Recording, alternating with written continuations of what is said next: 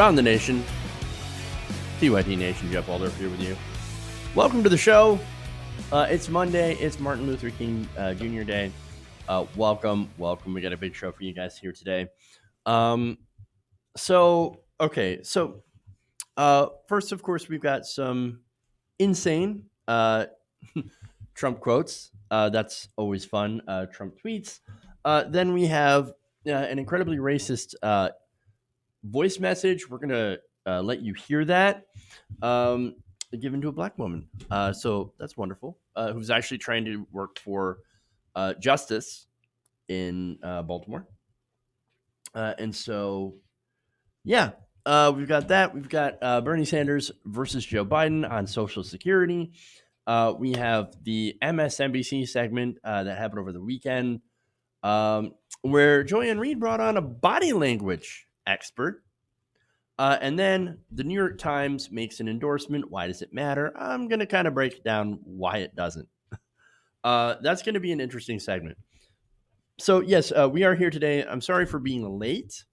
I had a lot of stuff to put together. And, of course, there is just me doing all this stuff. So producing, editing, etc. And sometimes things take a little longer. We get a lot of video clips for you today. So generally, the more video clips that I have, the more it takes to put together. So we have that. It's funny. There are people like, I just think it's funny that like people get MLK Day off. That's great. Actually, I love it. But I'm looking at that as like, since when do we get that day off? I never get that day off. But hey, that's great that it's that people are able to get that day off and to demonstrate and to work towards the goals that MLK Jr. had been working for. Look, the guy wanted to put together a poor people's campaign. That's awesome.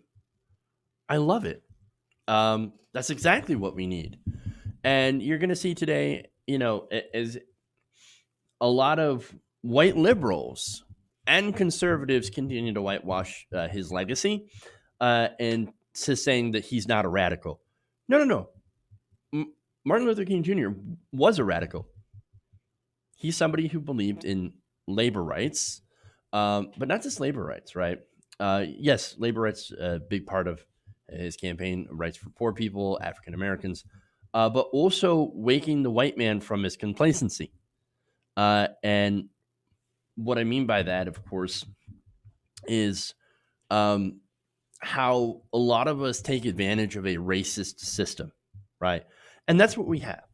We do have a system where there are massive racial inequities, and so this is a system that also happens to crush poor white people as well.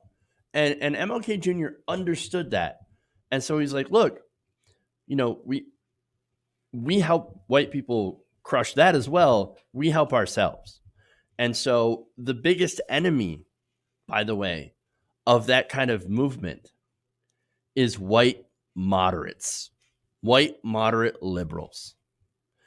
And so, look, you're not going to hear a lot about that on other places. Independent media is fantastic for it, but you hear that on MSNBC. By the way, the person who most echoes Martin Luther King Jr. today is Senator Bernie Sanders, when he talks about how it's not just how racial, disparities and economic disparities are separate. No, they are inextricably linked. And so there's a lot of pushback by, a lot of these overpaid pundits like, oh, no, they're completely separate. Rich people are still going to be racist. Yeah. Racist rich people are still going to be racist. Sure. But you also have, and this is what Bernie Sanders' point was, what he was making, what he was taking out of context for, is that you have people that are at the bottom, right? White people that are at the bottom. And they keep getting told that, no, it's not our system that is keeping you down. It's not it's not the system, right? It's not the fact that billionaires are making more money than ever before, and you're not getting your share of the pie. Your wages are 100% low, right? Where ours our pay and executive compensation continues to go up and up and up and up and up, while you were basically remain stagnant. That's not our system. That's not our fault. No, it's the immigrants. It's the immigrants, and it's the it's the people on welfare. Those are the people that are keeping you down. So when Sanders makes that point, everybody's like, "Oh my God, what a racist!" No. It's pointing out how the system is rigged against poor people of every single color. Now, there are people that are, African American minorities having to get even worse than poor white people. And that's because they tell the poor white people, your problems are not because of us and the corporations. Your problems are because of those other disenfranchised minorities who have it worse than you. So, well, that's the whole point, right? And so Bernie Sanders is fighting against that. Martin Luther King Jr. is fighting against that again, or had fought against that. And so his whole point was to bring together a class consciousness in this struggle to wake poor people up, or I'm sorry, not poor people, to wake poor white people up away from racism as well. And so it is that class struggle, that class solidarity as well. Okay.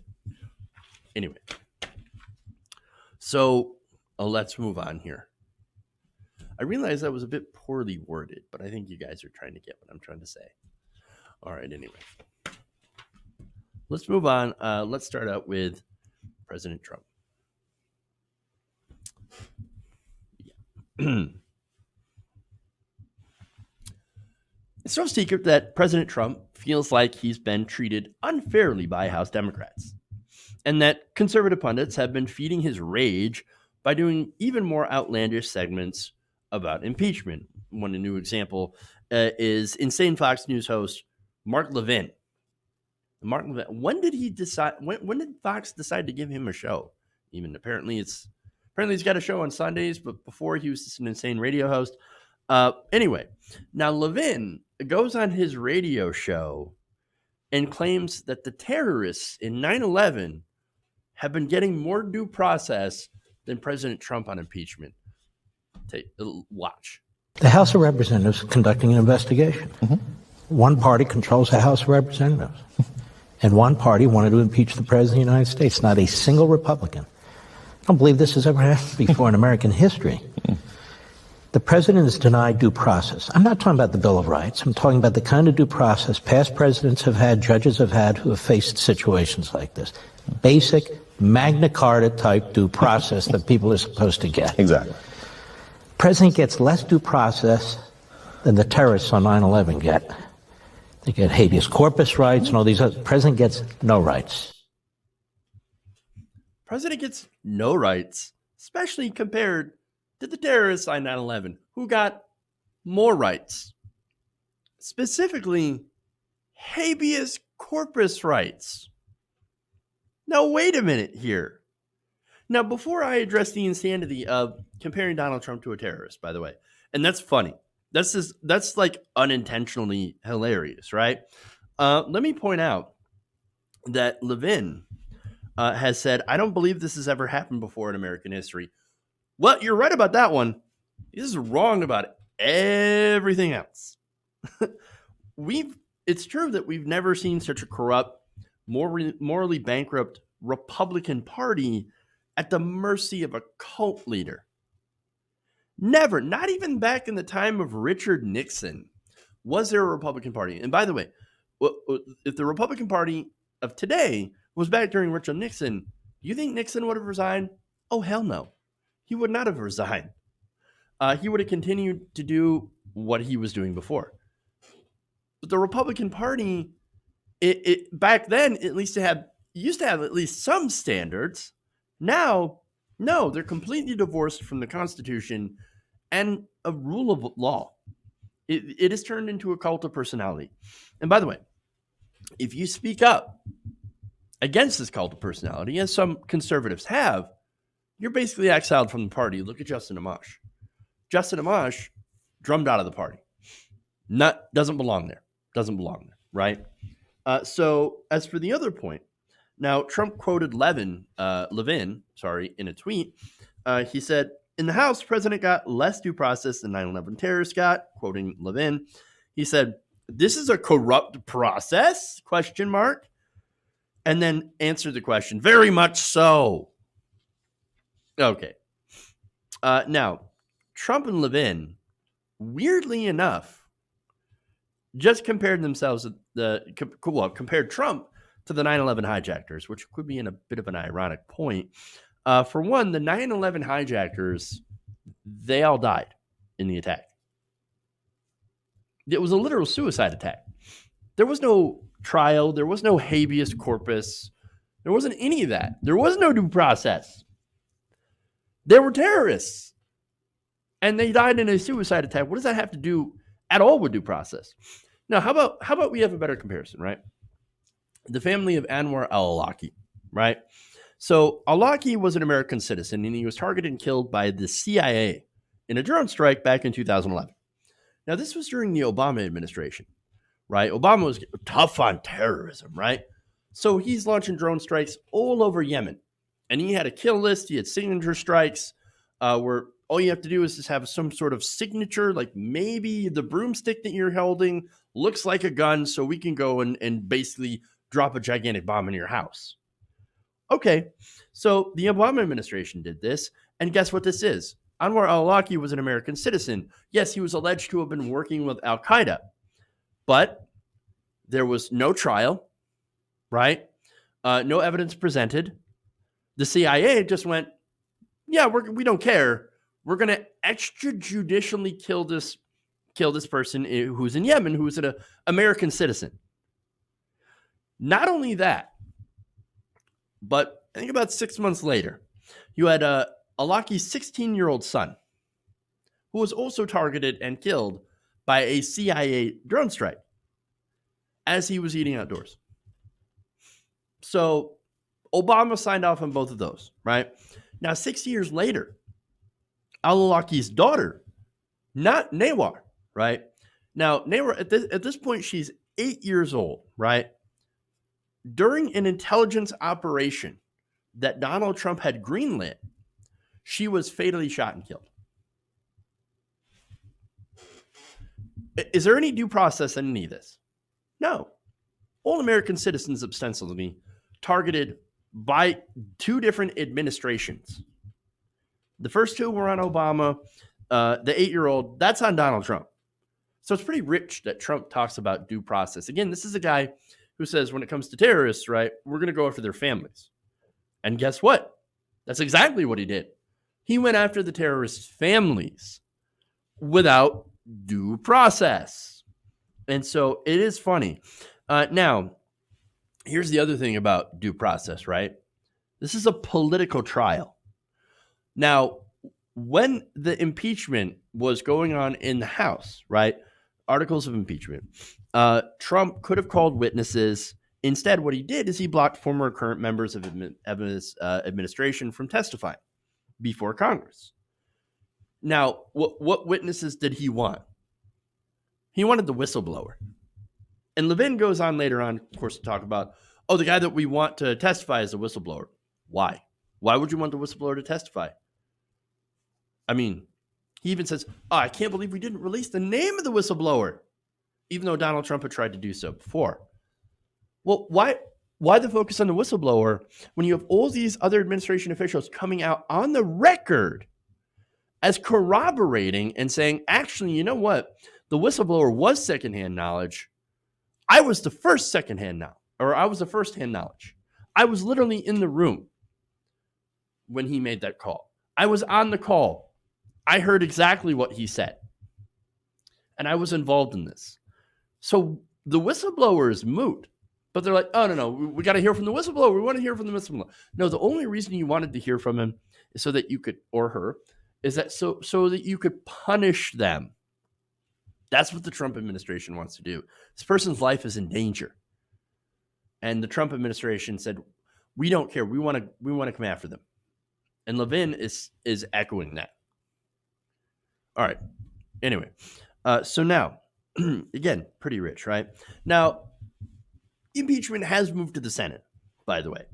And so there is still a chance for the Trump administration to go and choose witnesses, right? Also, Trump himself could go and testify in front of this. And again, due process, political trial, not a criminal trial. So whatever Levin was talking about when it comes to due process, the Magna Carta style, no, it doesn't apply here since it's a political trial. This is more of a trial to figure out if Donald Trump had violated his oath of office and therefore should be fired from his position as a result. This is not the same as a criminal trial. So the response is to this, of course, is a lot of mockery. So let me give you some tweets here. Robin says, "Hey, Einstein, the 9/11 terrorist died. Now it's time for the facts. The House Judiciary invited you twice to come to the hearings, and you declined both times. You have no argument here." All right, more. Jeff Treidrich says, breaking, a man who leads chant of lock her up at every opportunity, suddenly an advocate for due process. Enjoy that. D. Villela says, well, you could have testified, but you refused. You could have allowed your aides to testify, but you blocked them. You chose not to get involved in the process. I look forward to your testimony during your impeachment trial. Can you beat Hillary's 11-hour testimony? Could you imagine Trump being questioned for 11 hours straight? The insanity. You think the news runs fast today when it comes to weird Trump quotes and lies and misstatements. Get Donald Trump on the record for 11 hours just talking straight. How many times do you think he could lie, distort, and spout verbal diarrhea in that amount of time? Oh, it would be amazing. It would be a spectacle. Another tweet here, Brooklyn Dad Defiant says, if you're comparing yourself to the 9/11 terrorists, you're losing bigly. And finally, Nick Jack Pappas says, well, you used question marks and answer his question. No, it's not a corrupt process. No, in fact, the Democrats actually went by the Republicans' rules. If anything, he says, it was too fair. The House should have thrown the witnesses who ignored subpoenas in jail. Yes. And why is this not talked about enough? Look, people in independent media talk about it all the time. They talk about how Nancy Pelosi and the Democrats went way too soft, way too deferential to the Republicans. And look, I don't know, maybe it was in the hopes of getting Republican support. But what I say to that is it's almost as if the Democrats don't seem to want to pay attention because Republicans have never, ever said, hey, you know what? We might not agree, but it turns out the Democrats really did follow the process to the letter, and so we're going to give them a fair hearing. No. Instead, the Republican response is process. It's terrible. It's also a witch hunt. The Democrats have been planning this for years, so it's invalid. They're only going after Donald Trump because they lost, et cetera, et cetera, et cetera. All of this, of course, is projection.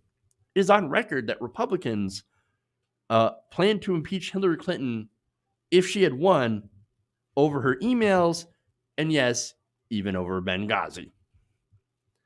Democrats, for God's sake, quit coddling Republicans. Play some goddamn hardball. I'm tired of this, right? They should be putting out ads, by the way, saying Trump compares himself to 9/11 terrorists. Oh, wouldn't that be amazing? But, of course, Democrats would never have the balls to be able to do that. They'd never played that game because at the end of the day, even when it comes to impeachment, they're paid to lose. All right. So let's switch gears away from Donald Trump.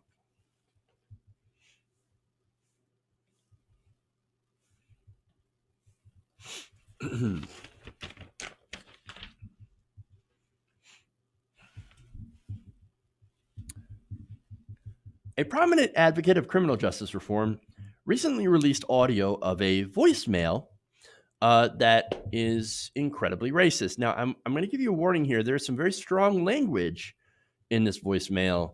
So, with that warning, take a look. How dare you come to St. Louis and say you got the back of that lousy bitch, State's Attorney Kim Gardner. She is just like you. That's why. Birds of a feather, bitches. That's what you are. You hate cops. You hate white people. You do everything you can to give all the blacks who are criminals every benefit of the doubt, and everybody else is suspect. Black lives only matter when a white person takes it. You blacks can kill each other all you want. In fact, I think that's the grand solution. We need to start driving around the ghettos and just dropping boxes of bullets on every street corner. Let them take each other out. Things were much better in this world, in this country, when everybody stayed in their own goddamn neighborhoods by dusk. There's only one thing worse than a fat-ass, empowered black woman. That's a fat-ass, empowered black woman who's got public reins in her hands. If we'd known you all were going to be this much trouble, we would have picked our own fucking cotton. Jesus. All right. So that voicemail was directed towards Baltimore State Attorney Marilyn Mosby. So now she had responded by putting this out on social media just to show what kind of reaction she's been getting for being a public activist. So now her tweet said, quote, "This is why I stand with Kim Gardner, and this hateful rhetoric only strengthens my resolve to continue fighting for justice and working to undo the blight of mass incarcerations and its impact on communities of color. Hashtag keepers of the status quo." So now Gardner has been getting a lot of attacks as well. And it's because she filed a lawsuit alleging that the city of St. Louis and its police union were violating the federal KKK Act of 1871 by engaging in a racially motivated conspiracy to oust her from office. So, look, are there people that are racist that are in law enforcement? Of course. There are also people, and there are also active groups that are white supremacist groups that purposely train to become cops so they can have power in the government. Not only that, but also they're doing the same thing for the military. And so this is by design. And so, yes, there are, and this is incredibly embarrassing, by the way, towards the police community when, you have white supremacists that purposely try to infiltrate and become officers. And so, look, that's disastrous, right? So now it's been reported in the case of Gardner that several St. Louis police officers have been caught posting racist content on social media and attacking Gardner's efforts to reform discriminatory drug arrest policies. So now most of them haven't actually faced any disciplinary action from the city itself. Now, I tend to believe in this notion that if you hate a certain group of people, well, then maybe you should be tasked with overseeing their safety or law enforcement. Not only that, but the St. Louis Division of Police also opened what is characterized as an unusual investigation into Gardner's office, examining her role in the case against former Missouri Governor Eric Greitens. So I remember reporting on Eric Greitens, who resigned after accusations that he sexually assaulted a woman and then blackmailed her with photographs of the incident. So real classy guy. So now this attorney, does her job and investigates impossible impropriety, which is proven to be true, by a white elected official, a conservative. Did she do anything wrong in that investigation? No. But hey, you take down a conservative white man, an ally of Vice President Mike Pence, and then, of course, well, you must be doing something wrong. And how dare you fight against racist, systemic issues when it comes to incarceration? Oh, my God. So this is an effort, I think, to intimidate this woman. She, after all, has received several threatening and racist messages in connection with the Greitens case. So how dare they both try to do criminal justice reform. You know, we have a disproportionate amount of African American men in prison for possession charges, for drug charges, right? Studies have systematically pointed out sentencing disparities between African Americans and white people who commit the same crime, who have, possession. African Americans are more likely to be given longer prison sentences or to be incarcerated for that possession or these drug-related charges on even the first offense. Whereas they'll let a white person off for the same crime and incarcerate a black person or a person of color. And so that is a systemic problem baked into our system, and it must be fixed. It must be rooted out so that we can actually have liberty and justice for all. However, there is a group of people who believe that taking on those racist structures that still exist is going after police, is going after white people. And we have a word for those people: racist, ignorant, and uninformed. So it's actually 3 words. Okay.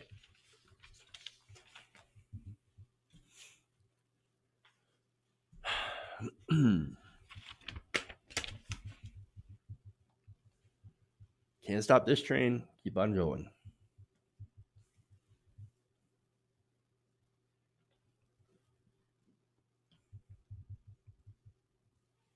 All right.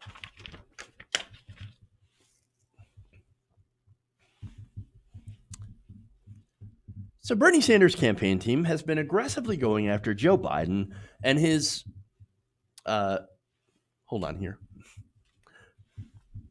So Bernie Sanders' campaign team has been aggressively going after Joe Biden's record on Social Security, pointing out the many instances where Biden has called for the cutting of benefits for Social Security recipients. It's not exactly a popular position, especially among many people who would vote for Joe Biden. So now Sanders' campaign manager, Faye Shakir, talked about how Biden has not only pushed to cut Social Security, but he's on tape proudly bragging about it on multiple occasions. I'm going to show you a little bit of that later on, an older speech. However, the Biden team disagrees and recently took a shot at Bernie Sanders during a town hall meeting with Biden. Let's take a look. The House of Representatives is conducting an investigation. One party controls the House of Representatives, and one party wanted to impeach the President of the United States, not a single Republican. I don't believe this has ever happened before in American history. All right, so I seem to have a bit of an audio issue going on here. I'm not sure what it is, so let me just talk about that. So this recent video had Biden saying that this so-called video that came out is just something from Bernie's people, and that he had doctored it, and that it was Bernie's people. It was a doctored video. I didn't really agree with Paul Ryan when I, said that we need to go after Social Security and cut it. And so we're just waiting on Bernie's people to come out and disown it. But they haven't done it yet. So this is an allegation of a doctored video. So that's really strange. Now, so who's right about this? The Bernie Sanders campaign says, no, we didn't doctor that video. He has been talking about cutting Social Security for quite some time. In fact, we have a lot of record about this. We have a lot of video and a lot of statements. And Joe Biden says, no, I didn't. I never talked about that. All right. So now the question is, like I said, who's right? Well, according to Reuters, the Sanders campaign has pointed to a speech that Biden gave to the Brookings Institute think tank in 2018. Biden said of Ryan's tax reform to the tax code, quote, Paul Ryan was correct when he did the tax code. What's the first thing he decided we had to go after? Social Security and Medicare. Now, journalists have looked at this case. The Intercept's Washington Bureau Chief Ryan Grimm said, no, that video was not doctored. He actually did say that. And so that's really important. And in a piece, noted that Biden had advocated cutting Social Security for about 40 years. Now, let me give you some quotes from here, from that piece. Biden's fixation on cutting Social Security dates back to the Reagan era. One of Ronald Reagan's first major moves as president was to implement a mammoth tax cut tilted toward the wealthy and to increase defense spending. Biden, a Delaware senator at the time, supported both moves. The heightened spending and reduced revenue focused public attention on the debt and deficit, giving fuel to a push for a balanced budget amendment to the Constitution. In the midst of that debate, Biden teamed up with Iowa Republican Senator Chuck Grassley to call for a freeze on federal spending and insisted on including Social Security in that freeze. The Reagan administration fought to protect the program from cuts, so Biden wanted to go to the right of the Reagan administration, which is a curious place to go. And so I want to show you Joe Biden arguing for a balanced budget amendment and what he had said about Social Security. Take a look. I mean, whatever happened to that old conservative discipline about paying for what you spend? I'm up for re-election this year, and I'm going to remind everybody what I did at home, which is going to cost me politically. When I argued that we should freeze federal spending, I meant Social Security as well. I meant Medicare and Medicaid. I meant veterans benefits. I meant every single solitary thing in the government. And I not only tried it once, I tried it twice, I tried it a third time, and I tried it a fourth time. Somebody has to tell me in here how we're going to do this hard work without dealing with any of those sacred cows. Those sacred cows, of course, being Medicare, Medicaid, and Social Security. Now, let me add, Social Security doesn't add a penny to the deficit. It is completely self-funded through payroll taxes. Now, what Republicans have successfully been doing is cutting taxes, specifically cutting the payroll tax. Now, there is a short-term stimulus that can be added by cutting the payroll tax, but it ends up hurting those programs in the long run. And so what you do in order to shore up Social Security is not necessarily raise the payroll tax, although that does help. But if you want to keep that payroll tax cut and still fund the program into perpetuity, well, then there's something simple that you need to do. You just lift the cap on taxable income when it comes to paying into that payroll tax, into Social Security. That's it. Right now, there's a cap on earnings. You lift that cap, and here's the thing. Social Security works because everybody pays for it. Nobody is left out of paying into Social Security. So even rich people pay. And guess what? Rich people get Social Security as well. And that's fine. But they should end up paying more for it. Again, because there is a cap, I believe it's around $233,000 for the year. Once you pay that cap, then you don't have to pay any more into that tax. And so if you're to lift that, say bump it up to $1 million a year, again, you could fund this program to the end of time. And so there wouldn't be any need for any Social Security cuts. Joe Biden doesn't want to do that because, well, I don't think he wants to upset his donors. And no Republicans want to do that because they don't want to upset their donors, who are multimillionaires, billionaires, and giant multinational corporations. So that's what this is. And so to say that he hasn't talked about cutting Social Security, well, it's a 100% lie. And then to go and say, I didn't say that, Bernie Sanders doctored a video where I told Paul Ryan that he did the correct thing when it came to the, your tax reform bill, again, is another lie. It's also disgusting because Bernie Sanders has been on the right side of this issue. He has been talking about actually protecting Social Security, not giving lip service to it, like Joe Biden, like the Obama administration, who did put Social Security cuts on the table in trying to negotiate with Republicans. And of course, Republicans who lie about it, but always propose more cuts when they're in office. And so that's the truth about Joe Biden and Social Security. It's not a good one. If you care about these programs, vote for Bernie Sanders. Okay, so here's what I'm going to do. I'm going to take a break. We're going to come back. We've got more stories here. We have the body language expert on MSNBC and the New York Times and their endorsement. So stay right here. We'll come right back. Around the Nation.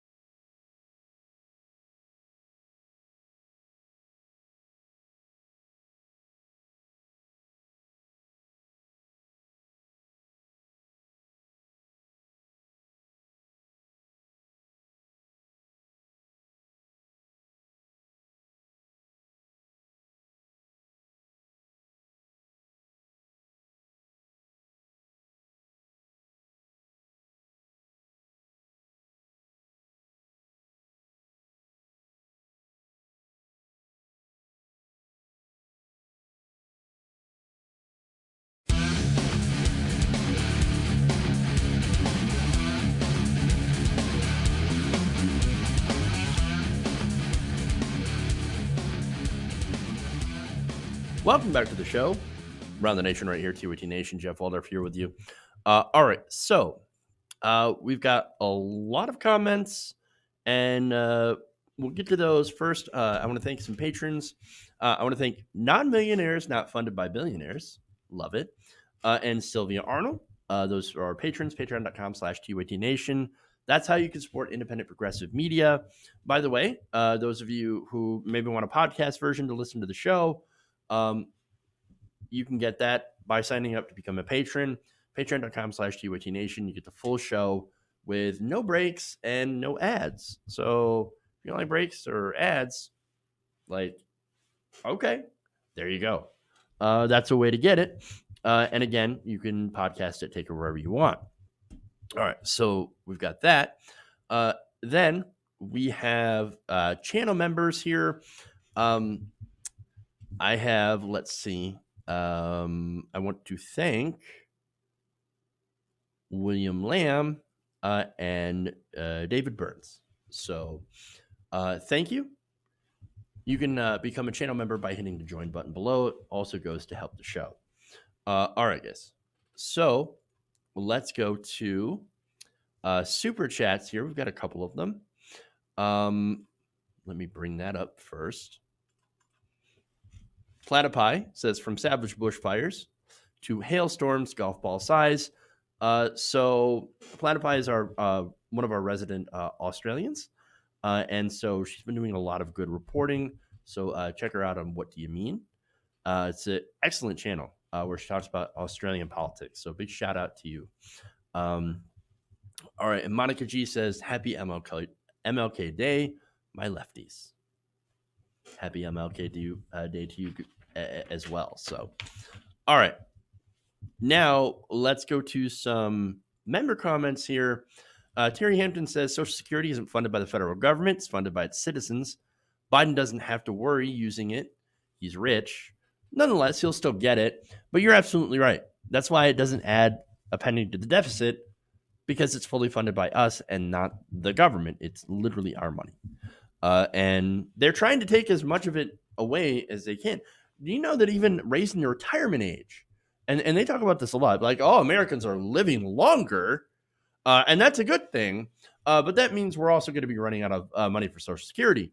So our fix is, instead of raising the cap and letting rich people pay more into the system that they then benefit from, we're just going to raise the retirement age, which doesn't affect rich people because they don't necessarily need the money, but it does affect working people and the middle class, who end up having to work longer. And it's an effective cut in the benefits because, look, life expectancy is up for rich people. I know, shocker, right? But the rest of us, we don't benefit from that because our lives aren't necessarily better. In fact, it's even more stressful. And so we still end up dying maybe even earlier. I think the life expectancy for regular working people is actually lower than it was before. So it's a disaster for us. It's fantastic for the rich. Jeanette Villalona says Social Security is right. We paid our taxes. It's our money. Yep. Let's see. Ravaging Wolverine says St. Paul Ryan was correct about anything. It's pretty bad.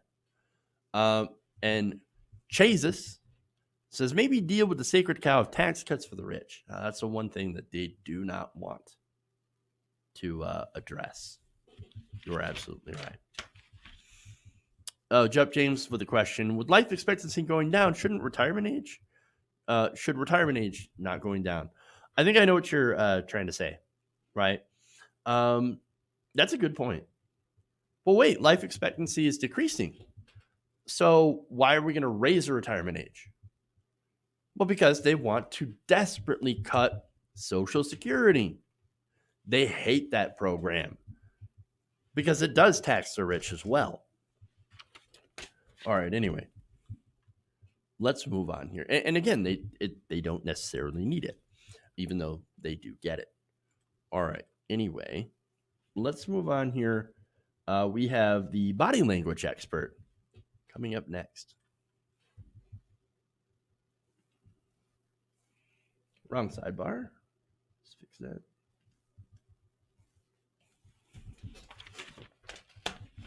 Okay.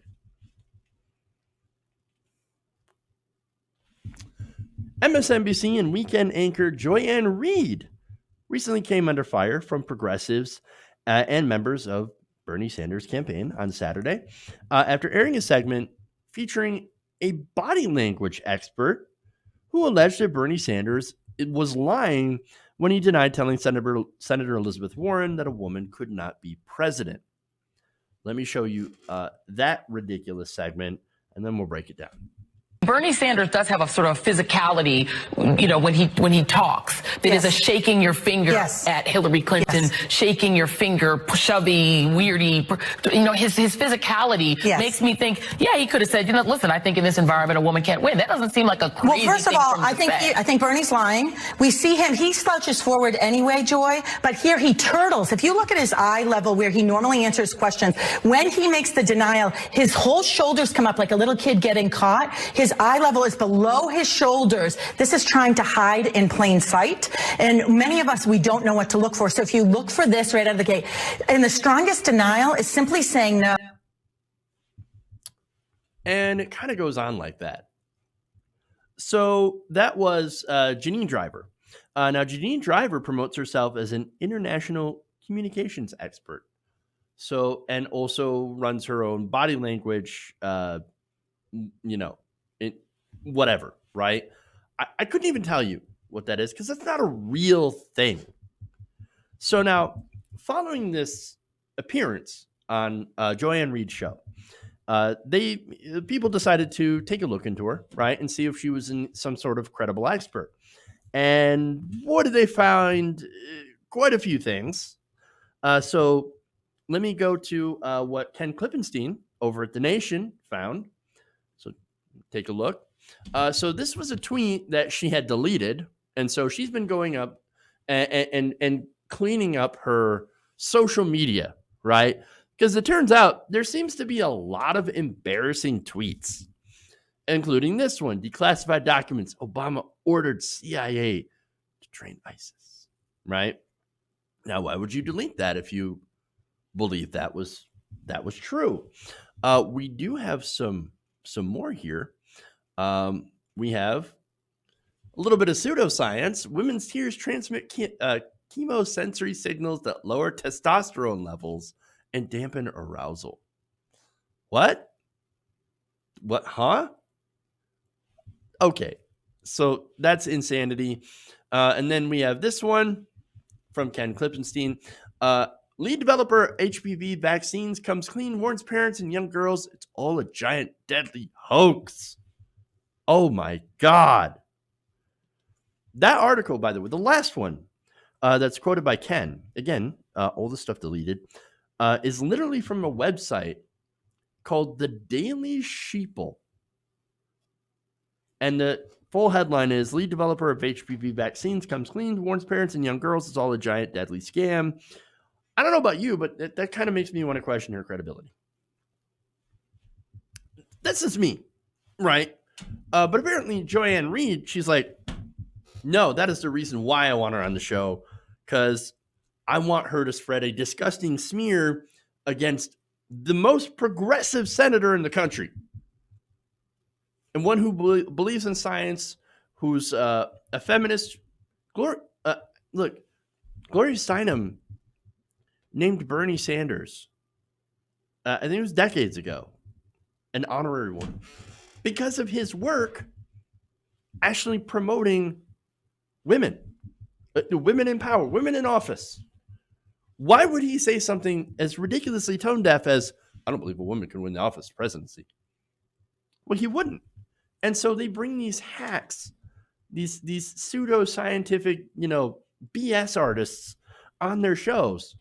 Joy-Ann Reid does, to try to smear Bernie Sanders as some sort of sexist. Oh, I mean, with the finger wagging he does that to everybody. That's who he is. He'll do it to Joe Biden.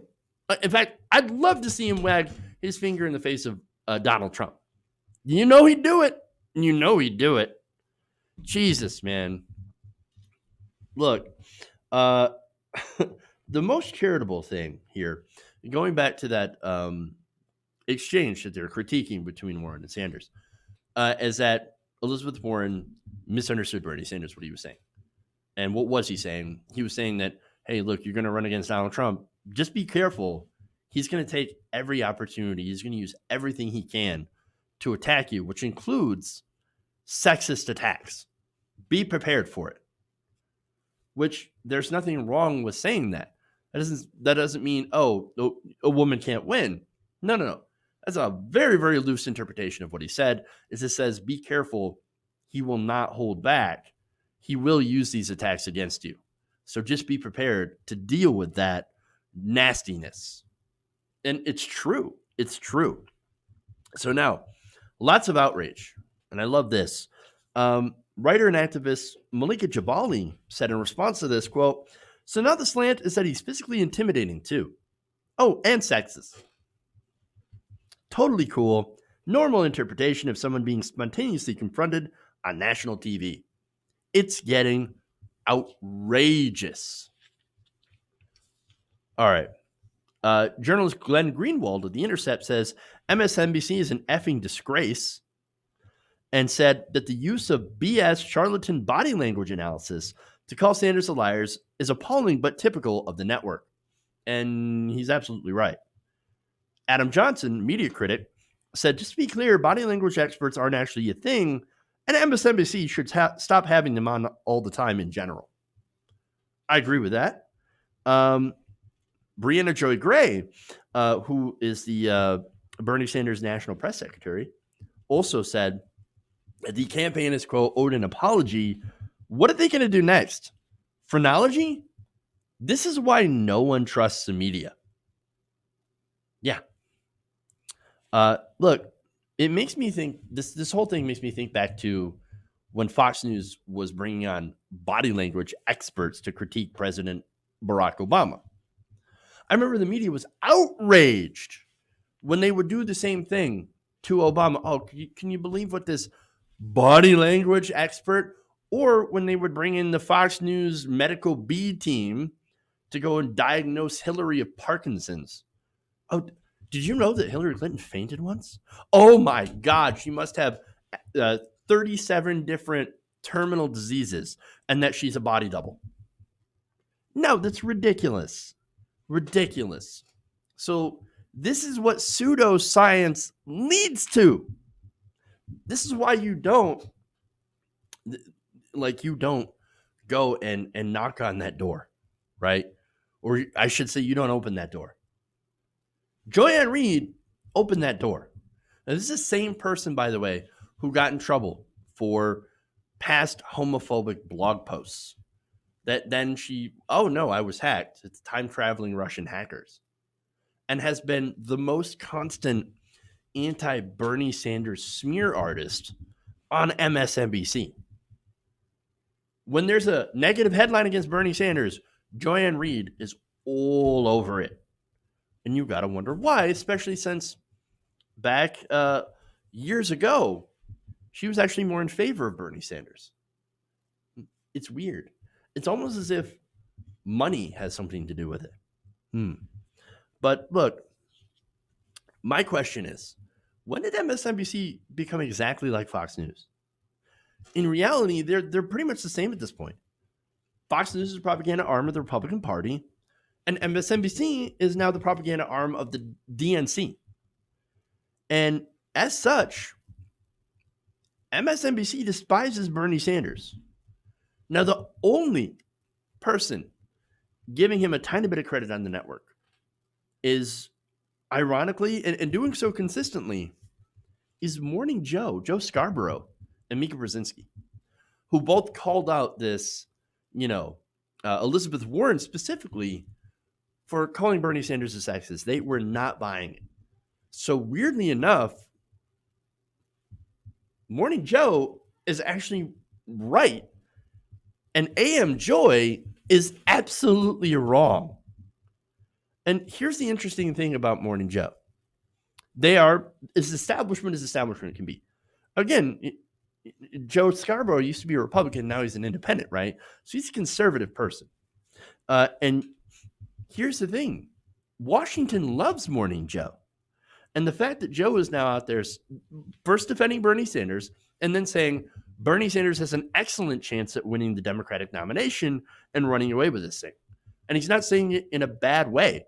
He's just saying, look, that's what the facts are. That right there is scaring the crap out of everybody in the establishment. Because if Morning Joe is saying it, and again, they all sit around and they watch Morning Joe and they take big credibility into what he says and what he thinks. Well, that's scaring them. The good news is that here you have MSNBC going after Sanders in increasingly more ridiculous ways. In doing so, they reveal themselves to be the hacks that they are. So Joanne Reed, Chris Matthews, and all the other people that are negative voices against Bernie Sanders and his movement, well, we know who they are now. Okay.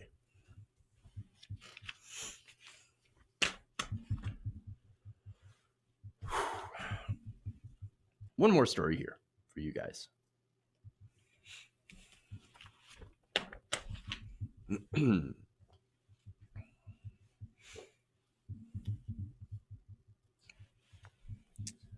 Now, the New York Times editorial board has made their latest presidential endorsement, and they have decided to endorse both Elizabeth Warren and Amy Klobuchar at the same time. Something they have never done before is endorse two people at once. So now what does this matter? Well, let's be honest about it. It really doesn't. At least since 2003 on, the candidate that has been endorsed by the New York Times has never gone on to actually win an election. A lot of them losing in the primary. For example, John Kerry in 2004, Hillary Clinton in 2008, Hillary Clinton again in 2016. So it doesn't really matter. But I'm going to talk about it anyway, because I think it's interesting. Now, the notable thing is the dual endorsement. So they explained that the 15 members of the editorial board spent more than a dozen hours meeting with the 9 candidates and doing interviews. And I thought that was interesting. By the way, related, Bernie Sanders immediately written off because the first thing he told them is, I don't really do well with BS. Fun. And of course, has told off the New York Times. So, look, not that he was ever really in the running to begin with. So now, let's go to the results, right? According to the New York Times editorial board, they found that Amy Klobuchar and Elizabeth Warren are Democrats' top choices for president. In 2020, both the radical and realist models warrant serious consideration. So now they talk about and they break down their choice for Warren. So now they argued that Ms. Warren has emerged as the strongest choice from the left wing of the Democratic Party, praising her, quote, serious approach to policymaking, her skill in explaining her ideas, her commitment to overhauling the structures of government, and her experience leveraging the tools of the executive branch. Strongest choice, Elizabeth Warren. Bernie Sanders is currently in first nationally, just overtook Joe Biden, right? Elizabeth Warren has dropped to fourth nationally. So, okay. Now, here's the thing, right? Now, endorsing Elizabeth Warren, I think, obscures their real choice. So, let me explain, right? Now, in their article, they point out, after some praise of Elizabeth Warren, and to be fair, they do this with all the candidates, they point out things that are maybe positive aspects, and then they go to what could hurt them. So, Elizabeth Warren, they said the board worries that her path to the nomination is challenging. Well, that's certainly true.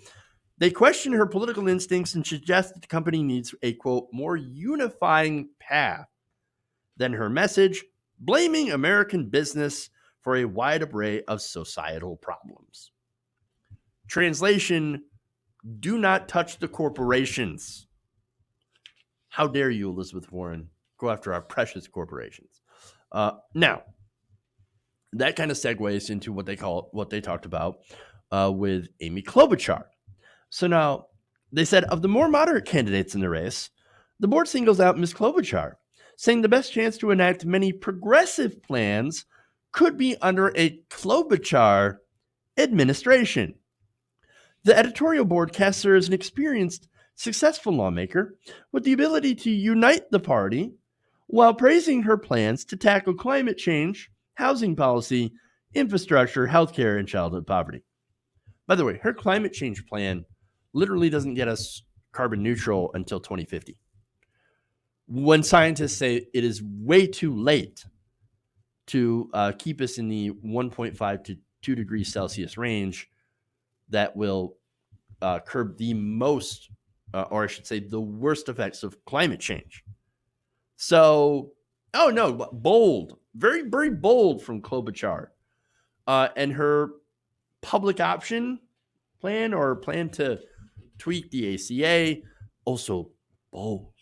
Wow. Okay, anyway. So now they write, her vision goes beyond the incremental, whereas her policy is 100% incremental. Here's more. The senator from Minnesota is the very definition of Midwestern charisma, grit, and stick-to-itiveness. Her lengthy tenure in the Senate and bipartisan credentials would make her a deal-maker, a real one, and uniter for the wings of the party, and perhaps the nation. Now, what's funny, there's a Politico article written, I think it was a few weeks ago, maybe a month ago, where basically Republicans were praising Amy Klobuchar. Oh my God, I love Amy Klobuchar. She is so great, but I don't actually want to go on the record. Like people like John Corner, like, she's a fantastic. But I don't want to hurt her electoral chances by saying how fantastic she is. But I just love Amy Klobuchar. Gee, I wonder why. Maybe it's perhaps she tends to agree with Republicans on a host of issues, economic issues, and of course, voting to authorize wars and fund the military, things like that. So, oh yeah, we absolutely love Amy Klobuchar because she reaches across the aisle. Really? Okay, well, here's the thing. You don't really get any credit for reaching out to Republicans when Republicans, again, would never, ever reach out to Democrats. Why is it always on Democrats to reach out to the crazy Republicans? Why is it left to us to say, oh, no, guys, we must moderate our position and give up our progressive values to reach out to Republicans? Why? No, the whole thing is, and this is their play, right? Civility and reaching out to Republicans to do conservative policy, conservative light, right? Well, that's exactly why the regular Americans are not into Amy Klobuchar. Only in the establishment bubble can a centrist be the best chance to enact progressive policy. Come on, dude. The very mild criticism they levy at her, of course, is her messaging. Oh, she doesn't have a very clear message. Maybe she needs to come out and say centrism for all, centrism rocks, and then we absolutely love her. And there was a brief mention of how she may have mistreated some of her staff.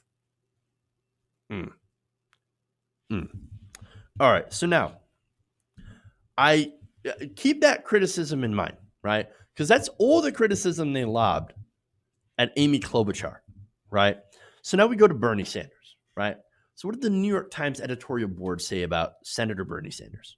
Quote, Mr. Sanders would be 79 when he assumed office, and after an October heart attack, his health is a serious concern, which right now, of course, Bernie Sanders is super healthy. Then there's how Mr. Sanders approaches politics. He boasts that compromise is anathema to him. Not true. Only his prescriptions can be the right ones, even though most are overly rigid, untested, and divisive. He promises that once in office, a groundswell of support will emerge to push through his agenda. 3 years into the Trump administration, we see little advantage to exchanging one over-promising divisive figure in Washington for another. So right there, directly comparing Bernie Sanders to Donald Trump. So, okay. Now let's go to substantive critiques here and push back. They say, well, he's got an untested divisive agenda. Healthcare for every single American. Now, Democrats, 83% of Democrats like the idea of single payer, right? So you also have over 50% of all Americans agreeing that we should have a government-funded healthcare system. Now, of course, you get different results when you ask different questions, right? But when somebody points out what Bernie Sanders is trying to do and points out the fact that, yes, your insurance, you will not have private insurance, but you actually have a better insurance, the Cadillac plan, where as even some of Medicare for All's detractors point out how great of a plan it is, which is the equivalent of right now the Cadillac plan, where every American would have access to that and be able to have that, regardless of their socioeconomic status or their job status. Automatically, you have health care, and it's better than what most Americans have already. And it would save you money. That gets left out of the conversation. They just say, well, it will cause tax increases. But those tax increases will be less than what you pay right now in deductibles, co-pays, and other out-of-pocket expenses. Not to mention not having a doctor that's do surprise billing on you for being out of network. So they never mention any of that when it comes to the questioning. And even with that, over half of all Americans want a single-payer healthcare system that is a government-run insurance option. Or not an option, sorry. Government-run insurance. And yet, of course, all these people are like, no. That's how divisive is that? No. We want people to be able to keep private insurance so that private insurance continues to make money. Okay, anyway. So, now. By the way. Also mention, single payer is somehow untested despite the fact that is literally the standard over all the developed world. From Canada to the UK to Denmark to Norway, we are the outlier. The United States is. Our system is not the standard in the world. We have a mishmash of public, private, for-profit, and our system, as a result, is complicated and is actually twice as expensive per capita than anywhere in the rest of the world and doesn't cover everyone. And what else is divisive, right? What else is untested? Oh, right, free public university. Actually, America used to do that. We used to do that, and it's what a lot of countries in Europe still do. So what's untested about this? Seriously. Not only that, but boasting about compromise that compromise is anathema to Bernie Sanders is another lie. Bernie Sanders, for example, just worked with Republican Matt Gaetz to limit Donald Trump's power to go to war with Iran. Matt Gaetz, not exactly a progressive, right? He has shown an ability to work with members across the aisle on things that matter. For example, and the most famous example is working with John McCain on veterans issues. So you got to be kidding me, New York Times. The only things that Bernie Sanders does not vote in favor of are more wars, more tax cuts for the rich, corporations, gutting worker protections, gutting reproductive rights, etc. Bernie Sanders takes a strong, firm stance against bad things and is in favor of good things. I know. He's been on the right side of just about every policy fight over the last 40 years, especially in regards to protecting women's reproductive rights or helping the LGBTQ community. On and on, right? So the New York Times, again, they make this ridiculous comparison between Donald Trump and Bernie Sanders because they hate the idea of a Bernie Sanders administration actually trying to enact ideas from the left. They don't want that, which is why I think they just wanted to endorse Amy Klobuchar. And it's part of a pattern of the media constantly trying to make Amy Klobuchar a thing. Now, she is barely registering in the polls. But the media, they can't help themselves. Oh, Amy Klobuchar. Anytime she's going to get Klobumentum, and then she's going to overtake everybody because America wants a centrist. Bernie Sanders is literally in the top spot. Bernie Sanders is the progressive change candidate. And look, it looks like, sorry, New York Times, but the moderate centrists already had their candidate in Joe Biden, who is at number 2. So there's no room for an Amy Klobuchar. Sorry. And again, they want to make her a thing, puff piece after puff piece. Bill Maher going and talking about, oh man, Klobumentum, right? Why Amy Klobuchar? Totally a thing. No, not a thing. She's not catching on.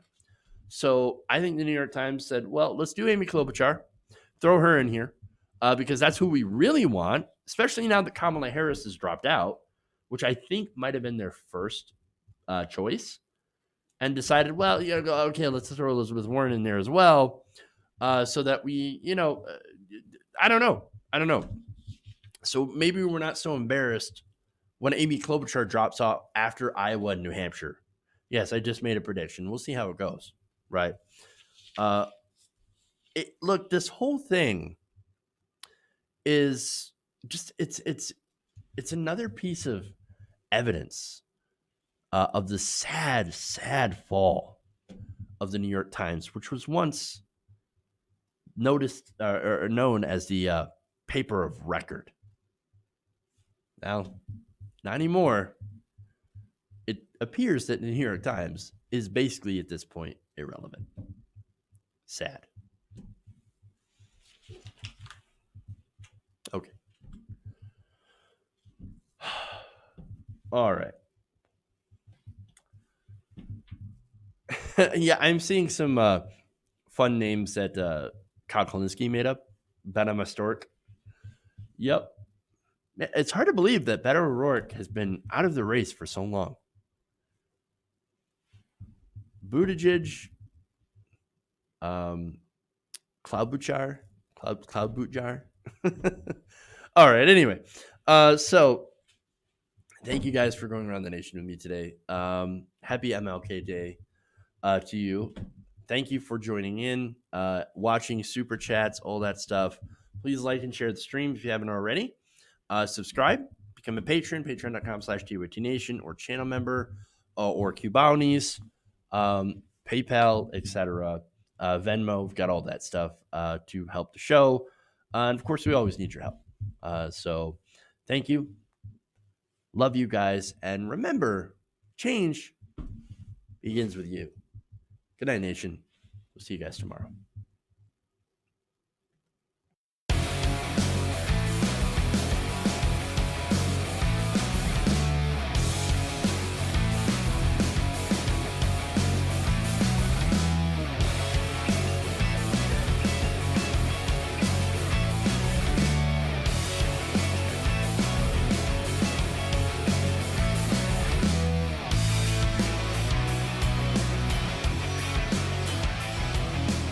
Please clap. You're kicking me out the door. You're kicking me out the door.